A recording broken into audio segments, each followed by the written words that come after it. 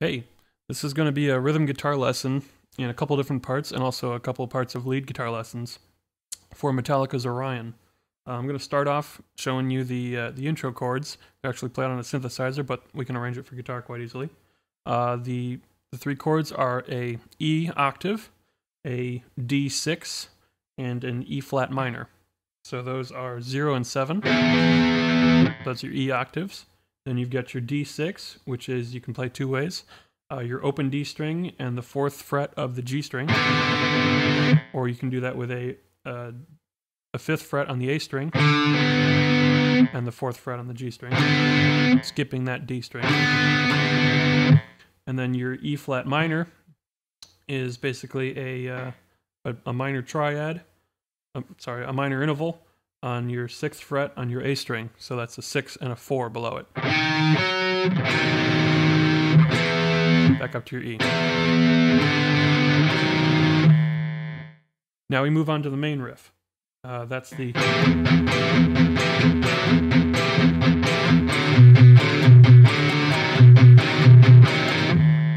So it's an E minor, then an E second, back to an E minor, then it moves to a B minor, then to a B major. So our E minor is basically a minor interval, an E and a G, so that's a 7 and a 5 on your A and D string, stacked on top of your low E.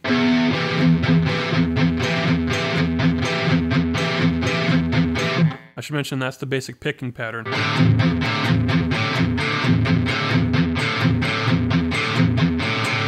For all the sections of that riff. You want to get that partial mute on the low string and let the top two strings open. So it's just an ED, an AD string. You play that chord always, and you play the low E partial muted. So you've got that 7/5, you got that E minor interval. Right here you drop to an E second interval, so that's a 7 and a 4.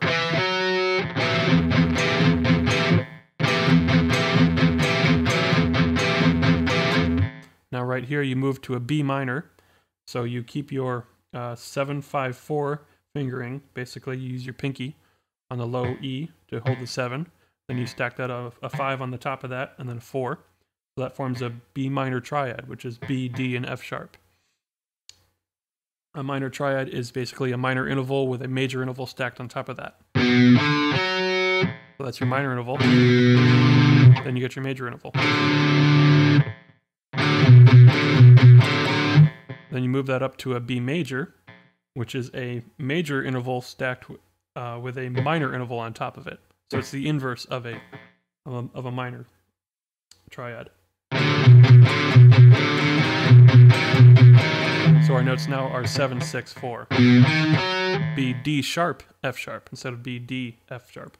D natural. So 7, 6, 4. Then you slide your 6, 4 up to a 7, 5 and do the riff all over again. There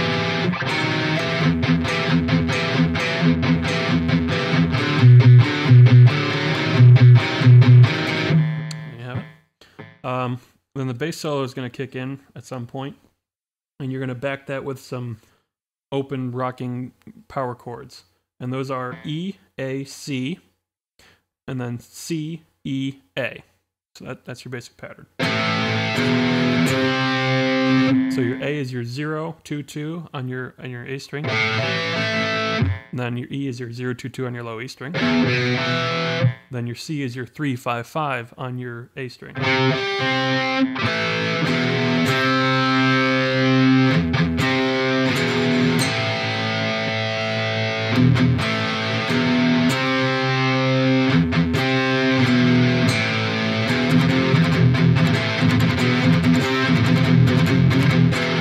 When the bass solo is done, you're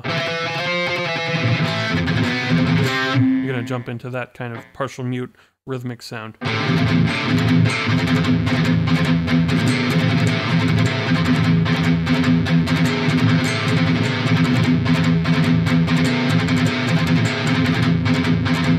So you got to get good with your rhythm picking and your alternate picking and your stopping, starting, getting that all set. So that's the same chord progression, A, E, C, C, E, A. Except this time when you're on your low E, you're throwing in an E to an F back to an E. And your low E chord, when you move that, is going to be an E chord with a doubled fifth. So that's your 0, 2, 2, 4 chord. So you hear that double fifth on the top. So your root is doubled, so you got that root in the octave. Then you got the fifth in the octave. So it looks to the eye as if you're going from an A to a B to a C and back down, but you're not. You're going from an A to an E doubled fifth back up to a C. So you can kind of hear that tonality. They're both kind of coming through, but it's, you could think of it as a suspended fourth if you wanted to, of a B. But it's really an E.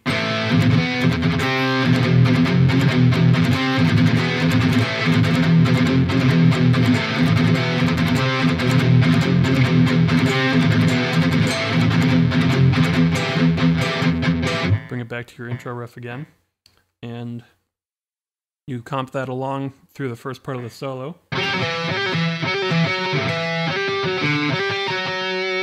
So after the sliding lick,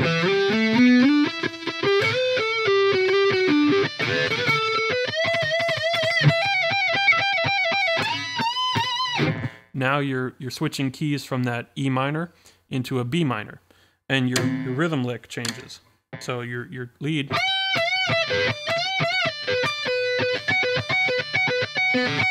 you're all in B minor there, so your rhythm lick changes, and that's going to be a couple of chords within the B minor scale, and you're going to start on B, of course.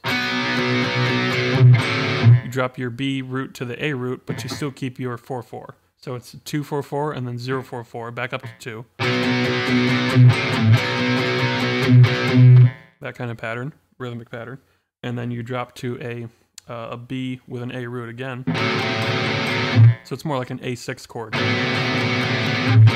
except you got that root of B in the top. Then you come down to an F sharp power chord, back up to A as your passing chord to start that riff sort of over again.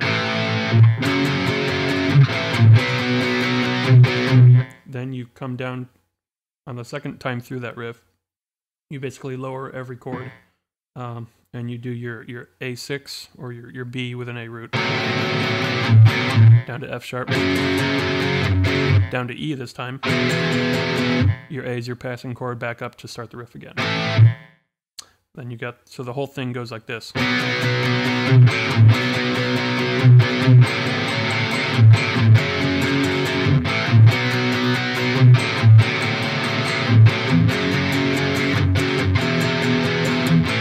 And you repeat. So that a little slower.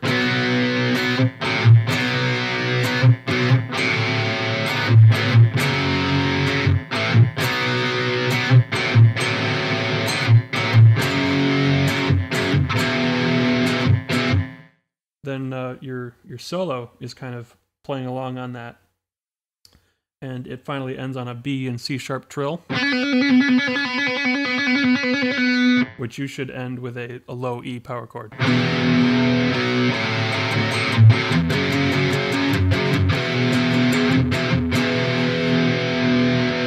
Hold that till the trill's done, plus a few bars, and then you're coming into this ending riff, which signifies the ending of the first section before the bass.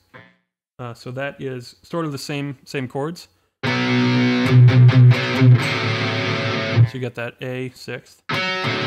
Drop your sixth chromatically down to your fifth. So you get your 4, 3, 2 frets there. So that's all partial mute.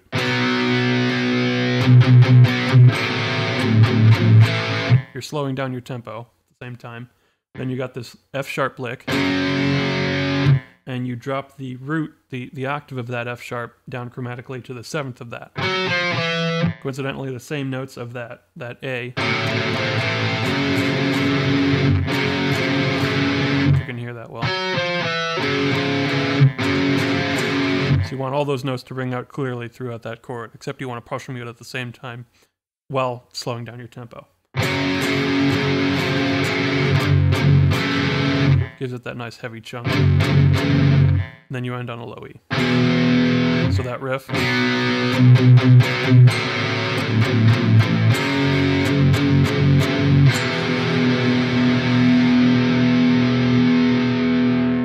Fade out, let the bass guitar take over.